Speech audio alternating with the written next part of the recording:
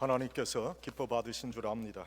오늘 마태복음 7장 13절 14절 말씀, 주님께서 우리에게 좁은 문으로 들어가서 좁은 길로 행하라, 그런 말씀을 주셨습니다. 그래서 오늘 이것이 무슨 의미를 가지는 것인가를 우리가 좀 생각해 보기를 바랍니다. 마태복음 1장 1절에 보면 아브라함과 다윗의 자손 예수 그리스도의 세계라, 그렇게 기록하시면서 이제 예수님의 시대가 시작됨을 말씀해 주십니다. 예수님께서는 율법을 초월한 은혜와 사랑의 법, 그리고 믿음으로 얻게 되는 기적의 축복, 또 역설적인 하늘나라의 섬김의 법을 우리에게 가르쳐 주셨지요.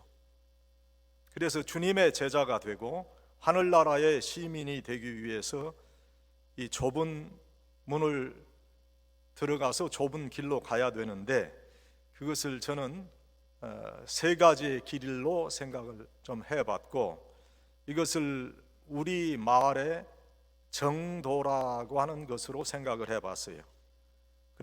그리고 그것은 세 가지의 의미를 가진 그런 정도다, 그렇게 생각을 했습니다.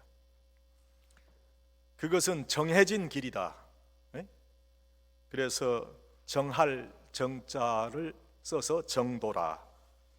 또 그것은 바른 길이다. 그래서 바른 정자를 써서 바른 길의 정도다.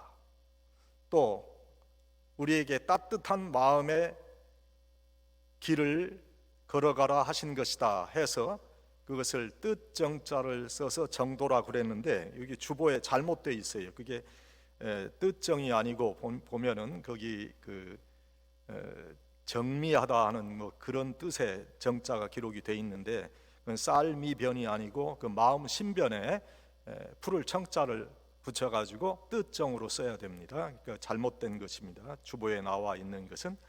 그래서 우리가 이 따뜻한 마음의 길, 정도로 가야 된다. 이러한 길을 가는 것이 바로 좁은 길을 가는 성도의 길이다. 저는 그렇게 생각을 해봤어요. 예수님께서 가르쳐 주신 길은 좁은 길이에요. 그래서 일반적으로 가기 힘든 길이에요.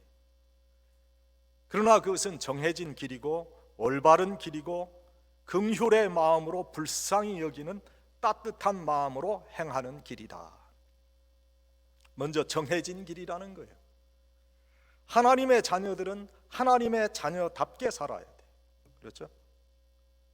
정치인은 정치인다워야 되고, 사업을 하는 사람은 사업을 하는 사람다워야 되고, 아버지는 아버지다워야 되고, 자녀들은 자녀다워야 된단 말이에요. 선생님은 선생님다워야 되고, 우리 크리스찬은 크리스찬다워야 돼. 크리스찬답다고 하는 것은 바로 좁은 길을 가는 것이다. 좁은 길은 정해진 길이라고 그랬어요. 하나님의 자녀답게 살라고 하나님께서 정해 주신 그 길을 따라 살아가는 거예요. 그래서 정해진 길로 다녀요. 좁은 길이에요. 넓은 길로 세상 사람들이 쉽게 다닐 수 있는 그런 길이 아니에요. 섬기며 종이 되는 길이고, 때로는 내 자신의 마음을 통제하고 조절하는 길이에요. 십자가를 지고 주를 따르는 길이에요. 이 정해진 길을 걸어갈 수 있어야 한다. 정해진 길, 하나님과 우리가 약속한 길이에요. 인간을 사회적 동물이라고 그러지요. 자기가 속한 공동체와 관계를 필연적으로 가지고 살아간다는 겁니다. 수많은 사람들의 이해관계가 부딪히는 현실을 그대로 방임한다면 엄청난 혼란과 무질서의 상태가 되고 말 거예요. 그래서 사람들의 사회생활이 하나의 조직과 질서 가운데 조화롭고 잘 운영되도록 사회적인 계약, 즉 사회의 실정법을 만들어서 움직여 간다 하는 거예요. 고대 근동지역의 함무라비 법전은 이러한 인간의 계약법의 효시라고 이야기합니다. 성경에 나오는 유대인들의 법전인 모세 오경, 토라라고 그러죠. 출애굽에서 무질서하게 광야의 생활을 했던 유목민들에게 주어진 통치법의 일종이었어요. 예수님께서도 사랑의 새 계명이라고 불리는 역설적인 크리스찬의 법을 우리에게 허락해 주셨어요. 보상법에 근거한 모세 오경의 계약법을 초월하는 사랑과 섬김의 법이다 하는 거예요. 인간은 사회에서 함께 더불어 살아가기 때문에 마땅히 법을 지켜야 돼요. 정해진 규범 아래 인간답게 살아야 돼요. 도덕법이 있고 또 양심법이 있어요. 가장 기초적인 법은 사회의 실정법이에요. 또 실정법으로 규정되지 않아도 우리의 양심이 증언하는 양심의 법, 윤리의 법이 있는 거지요. 부모를 공경하고 윗 어른을 섬기고 자녀에 대한 책임을 다하는 것, 그리고 부부 사이의 정절을 지키고 스승을 공경하고 순종하는 것, 실정법에 규정되는 것 이상으로 인간이기에 지켜야 할 윤리와 도덕의 법이 있다. 사회에서 규정하는 실정법을 지키는 것 이상으로 인간이기에 양심이 말하는 양심의 법을 지킬 수 있어야 인간다운 인간이라 그렇게 할 수 있을 거예요. 가장 기초적인 것은 실정법을 잘 준수하는 거지요. 우리 크리스찬들도 이 사회의 실정법을 잘 지켜야 돼요. 그리고 크리스찬의 법을 지켜야 돼요. 우린 법대로 세금을 내야 돼요. 병역에 법적 의무가 있다면 그 의무도 감당해야 돼요. 교통법도 잘 지켜야 돼요. 이러한 의무를 회피하는 것은 처세술이 아니에요. 행운도 아니에요. 축복이라고 말하는 것은 어불성설이에요. 사도 바울도 이런 말씀을 주셨어요. 경기하는 이가 법대로 경기해야 한다, 그렇게 말씀합니다. 정해진 길을 따라가는 거예요. 불법이나 편법이 통하는 사회가 돼서는 안 됩니다. 사람 사이의 인정에 이끌려 법을 어겨서는 안 됩니다.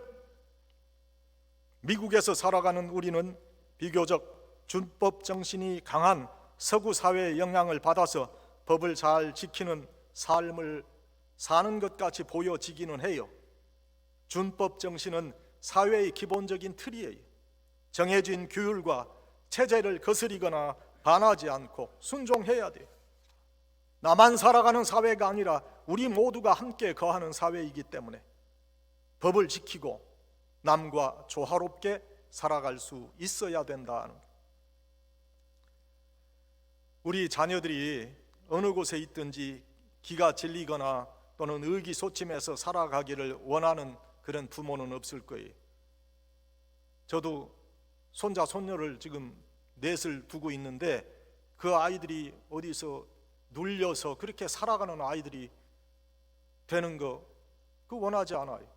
자기들이 좀 당당하게 사는 그런 아이들이 됐으면 좋겠다, 그런 생각을 하는 거지. 어느 부모나 다 같은 마음일 거예요. 식당에 어린 자녀들과 함께 갈 때 어린 자녀들이 자기 집과 같이 마음대로 행동하게 그냥 방임하는 거, 그건 잘못된 거예요. 공동체의 안정을 해야 하는 거예요. 자녀들이 큰 소리로 소리치고, 제가 어떤 이야기를 들었냐면 한국의 어느 식당에 아이들이 가서요, 어항에 물고기 잡겠다고 어항에 막 손을 넣는 그런 일이 있었다고 그래요. 부모가 책임지고 막아야 될 행동이지요. 돈으로 보상하면 된다고 하지만 돈으로 다 보상되는 게 아니에요. 교회에서 우리 자녀들의 모습도 그러해요. 좁은 집에 있다가 교회에 오면 마음이 넓어지고 밝아질 거예요.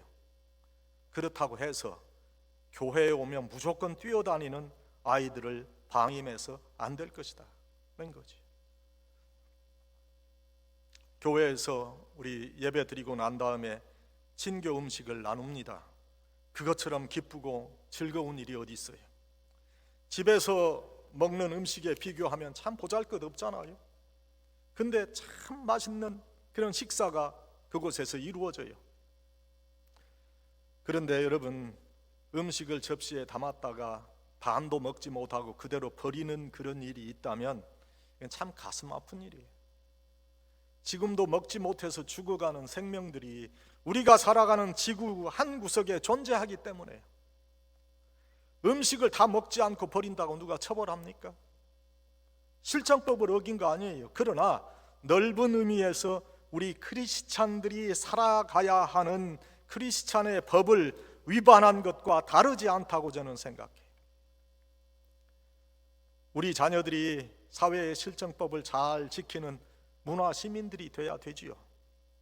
우리도 남에게 피해를 주지 않는 사회인으로 살아야 되겠지요.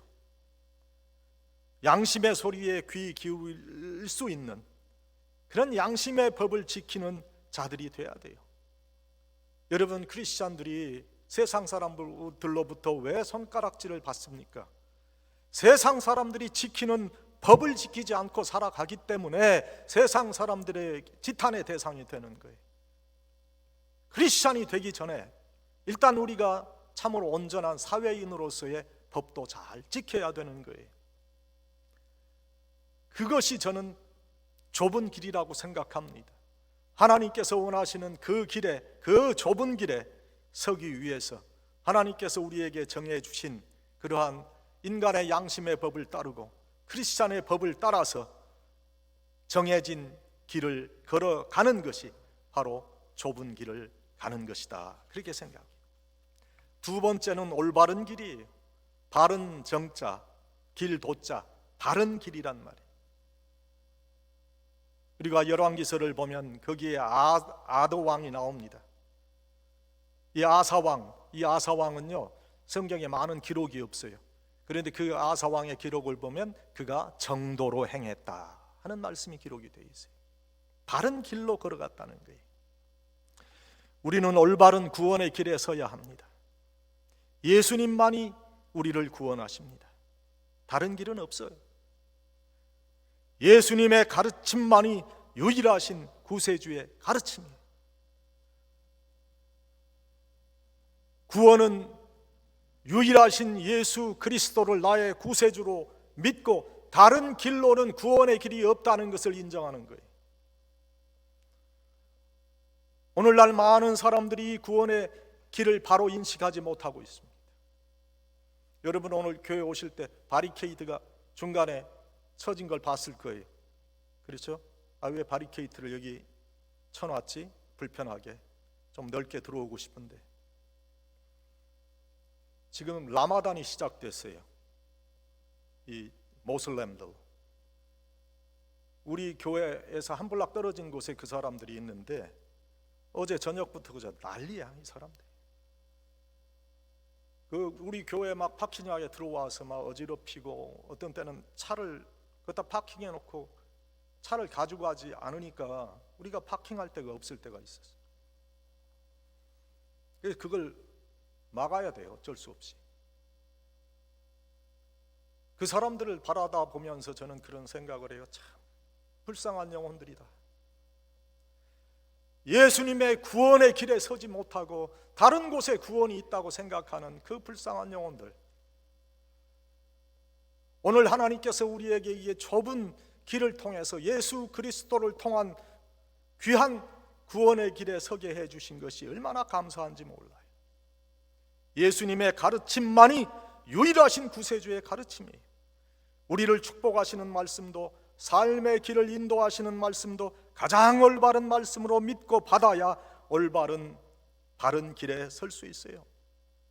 삶을 인도하는 말씀, 바른 말씀으로 받아야 돼요.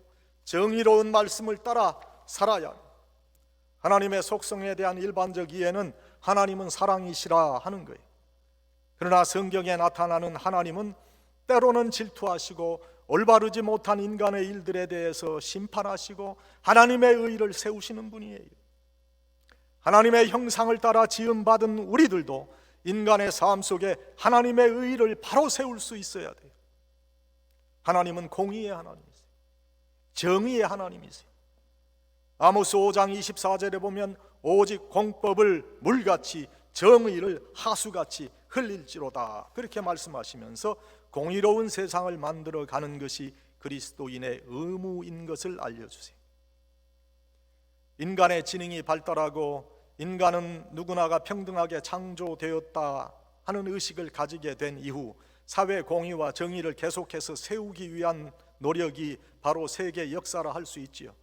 그래서 남자와 여자의 성차별이 없는 사회, 민족과 종족으로 인한 차별이 없는 사회, 장애인과 비장애인의 차별이 없는 사회를 만들어 왔어요.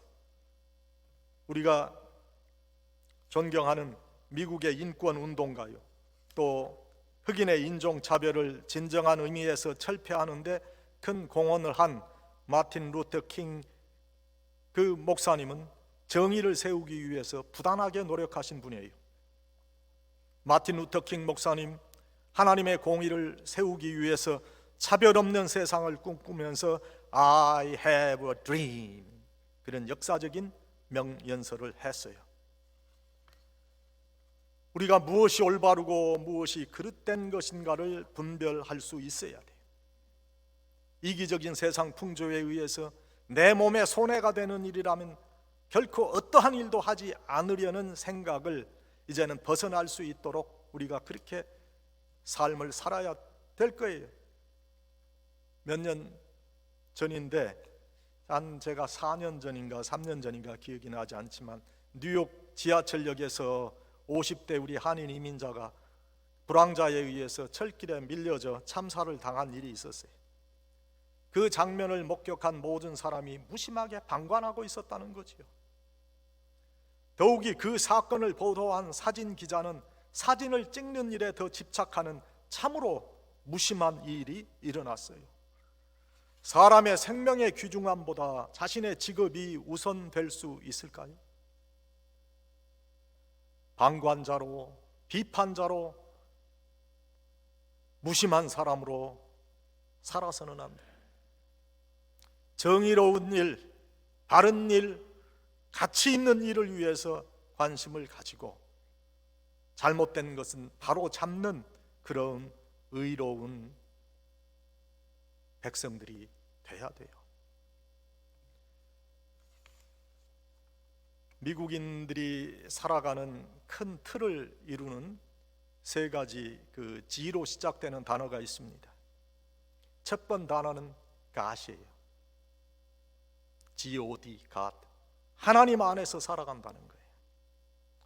두 번째 단어는 Gun이에요. Gun. 총기 사고로 인해 총기 규제법이 제정되고 준수돼야 한다는 데는 저는 100% 동의합니다.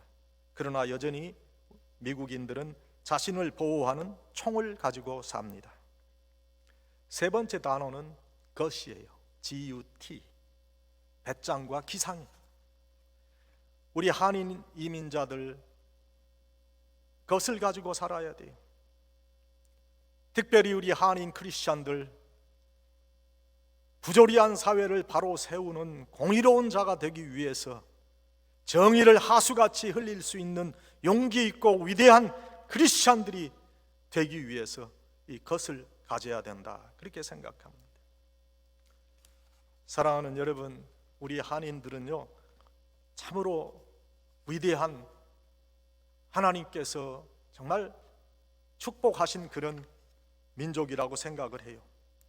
우리들은 정의롭고 참으로 공의를 세우는 일에 열정을 다한 그런 민족이에요. 근세 한국 역사에 있어서 3.1운동, 4.19 학생운동, 또 5.18 광주 민주화 항쟁, 다 목숨 걸고 의로운 일을 위해서 최선을 다한 그런 민족의 역사를 보여주는 거예요. 이제 병든 미국을 고칠 수 있는 기회를 아마 하나님께서 우리 한인들에게 주시지 않았나, 그렇게 생각합니다. 그것이 좁은 길이 될지 몰라요. 이 나라를 바로 세우기 위해서 하나님의 택한 백성으로 공의와 정의를 미국 땅에 하수같이 흘리는 바른 길을 걸어가시는 그러한 귀한 성도들이 되시기를 바랍니다. 그런 분들이 되시기를 바랍니다. 그 다음에 세 번째는 따뜻한 마음을 갖는 길은 정도예요. 이때 정은 뜻정이다. 그래서 마음 신변에 풀을 청자를 써서 나타내는 그런 정을 가진 길이다 하는 거예요. 여러분, 우리 크리스찬들 마음을 곱게 가져야 돼요. 남을 해하려는 마음을 갖는 것은 기독교인의 모습이 아니에요. 가급적 이해하려고 하는 마음을 가지세요. 가급적 용서하는 마음을 하나님께 구하면서 용서할 수 있도록 노력하세요. 그래도 안 될 때, 그때는 우리 주님 앞에 주님, 나에게 긍휼의 마음을 좀 주세요 하고 기도하세요. 이 정의란 단어 우리가 영어로 번역하는 거 참 어려워요.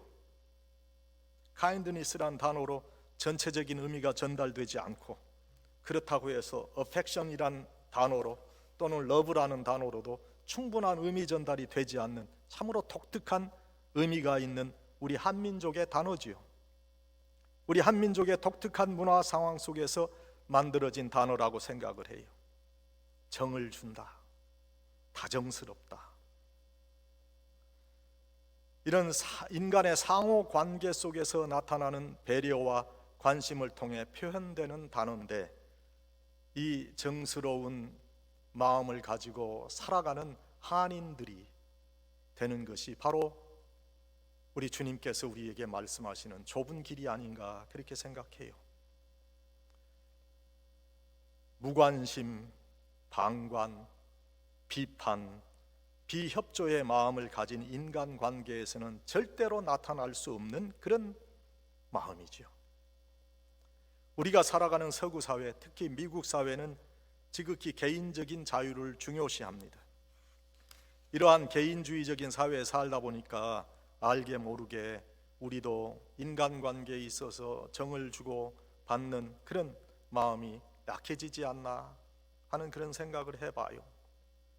정이란 함께 기뻐하고, 함께 슬퍼하고, 함께 고통도 나누고, 함께 울고, 함께 영광을 나누는 마음이에요. 넉넉하게 품어줄 수 있는 마음이에요. 우리 이민사회도요, 30-40년 전에는 따뜻한 마음들로 가득 차 있었어요. 누가 새로 이민 오면 도와주고 잘 정착할 수 있도록 최선을 다했는 그런 삶을 우리가 살았어요. 집도 내주고 함께 먹고 함께 나누었어요. 근데 어떤 대가를 바란 것도 아니었어요. 한국인이라고 하는 단 하나의 이유만으로 서로 돕고 의지하며 살았어요. 정이 넘쳤어요. 그런데 요즘 그렇게 새로 이민 온 사람들을 도와주고 반기는 이 없습니다. 또 그러한 도움을 바라지도 않는 이민사회를 우리가 살아가요. 무정한 세태예요. 여러분, 길거리에서 한인을 만나면 한인인 줄 알면서도 애써 외면해 버리고자 하는 그런 사람들도 많아요. 정이 메말라 버렸어요. 디모데후서 3장 3절에 보면 마지막 말세 때에 일어나는 인간들의 감정 상태를 예언하는 말씀이 있어요. 사람들이 무정하다고 그랬어요.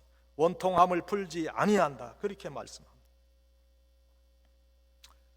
우리 기독교에서 말하는 사랑이라고 하는 것은 감정이입, 그러니까 엠파티라고 그러죠. 그 감정이입에 근거한 동정과 긍휼의 마음, 심파티를 의미하는 거예요. 우리 한국인의 정이란 단어와 비슷한 의미라고 생각을 해봅니다. 그런데 인간관계 속에 이 긍휼의 마음을 찾아보기 어려운 그런 현실에 우리가 살고 있어요. 이민사회를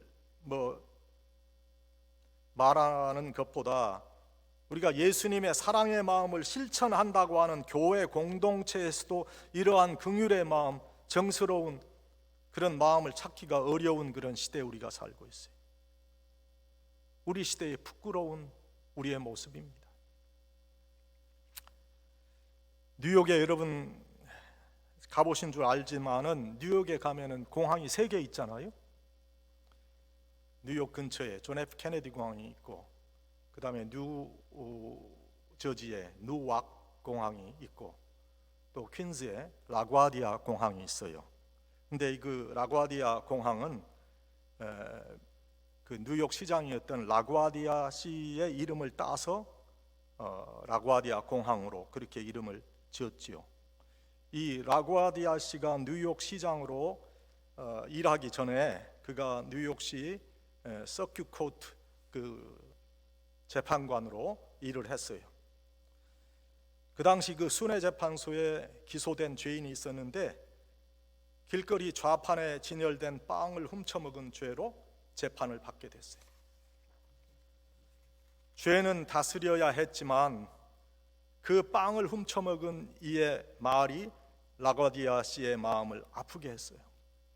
그가 이렇게 말합니다. 재판관님, 죄를 지어 정말 죄송합니다. 그런데 너무 배가 고파서 어쩔 수 없이 제가 빵을 훔쳐먹었습니다. 그러자 이 라구아디아 씨가 그 말을 듣고 이렇게 판결해요. 당신의 죄는 60불 벌금에 해당합니다. 그런데 당신같이 배고픈 이가 뉴욕시를 헤매고 다니는데도 불구하고 아무런 거리낌 없이 식사를 하고 다닌 죄를 범한 나도 죄인이기에 여기 30불 벌금을 냅니다. 이 자리에 있는 여러분들도 죄를 범했다면 벌금을 내십시오 하고 자신의 모자에 먼저 돈을 넣고 그걸 돌렸더니 많은 돈이 모금이 되고 그 죄인은 풀려나게 됐다 하는 얘기. 이러한 따뜻한 마음을 이 시대에 우리가 다시 회복해야 돼요. 사람들은 자기 자신의 몰두에 살아갑니다. 사랑의 마음을 넓힌다 해도 겨우 가족과 친족의 범위를 넘어가지 못합니다. 배려와 긍휼의 마음으로 타인의 아픔에 함께 해야 함에도 불구하고 남이 잘 되는 것이 배가 아파서 어떻게 해서든지 남을 모함하고 방관하고 비판하고 때로는 정죄합니다. 남이 잘 되는 것을 축하하지는 못할지언정 모함해서는 안 될 일임에도 불구하고 남을 고통스럽게 합니다. 정스러움은 고사하고 무정하다 못해 비정함을 품은 이들이 많아요. 여러분, 우리 마음을 한번 살펴보세요. 과연 우리가 예수님께서 우리에게 주신 좁은 길을 걸어가는 사람인가? 내가 긍휼의 마음을 가지고 살아가는 사람인가? 아니면 나는 아주 모든 일에 무관심하고 모든 일을 방관하고 모든 일을 비판하며 살아가는 그런 이기적인 사람인가? 우리 마음을 살펴보세요. 어찌하여 이렇게 메말라 버렸는지, 어찌해서 원통함을 풀지 않는지, 왜 나만을 생각하는 개인주의적인 사람으로 살게 되었는지, 이제는 나만을 생각하고 내 가정만을 생각하는 사람에서 이웃과 공동체를 생각하고 배려하는 사람으로 살아갈 수 있어야 될 거예요. 여러분, 인생이 길다 하면 길 수도 있지만 지나온 세월을 돌아보면 한순간에 지나버린 짧은 인생인 것을 고백하게 돼요. 얼마 남지 않은 우리의 삶이 정스러움으로 가득 찰 수 있어야 되지 않겠습니까? 사랑하는 여러분, 오늘 우리는 주님께서 우리에게 주신 좁은 길의 의미를 생각해 봤어요. 좁은 길은 정해진 길이에요. 크리스찬으로서 정해진 삶의 길을 따라 정해진 영생을 위해서 순례의 길을 걸어가는 거예요. 좁은 길은 바른 길이에요. 세상과 타협하지 아니하고 나에게 아픔과 고통과 손해가 있을지라도 바른 길을 가는 거예요. 좁은 길은 우리의 마음을 열고 우리의 이웃을 품는 길이에요. 사랑하는 여러분, 좁은 길을 걸어가 주님께서 원하시는 하늘의 성도의 귀한 삶을 살아가시는 그런 기쁨이 여러분에게 있기를 간절히 축원합니다. 아버지 하나님, 오늘 주님께서 저희에게 주신 좁은 길에 대해서 생각해 봤습니다. 좁은 길은 정해진 길이요, 예수님의 가르침을 따라 살아가는 길인 것을 생각해 보았습니다. 좁은 길은 바른 길인 줄 압니다. 바른 길에 서게 해 주시옵소서. 좁은 길은 정을 나누고 정으로 섬기는 길인 줄 아오니 아버지, 이러한 좁은 길을 걸어가는 복된 성도들이 다 되게 해 주시옵소서. 예수님의 이름으로 기도하옵나이다. 아멘.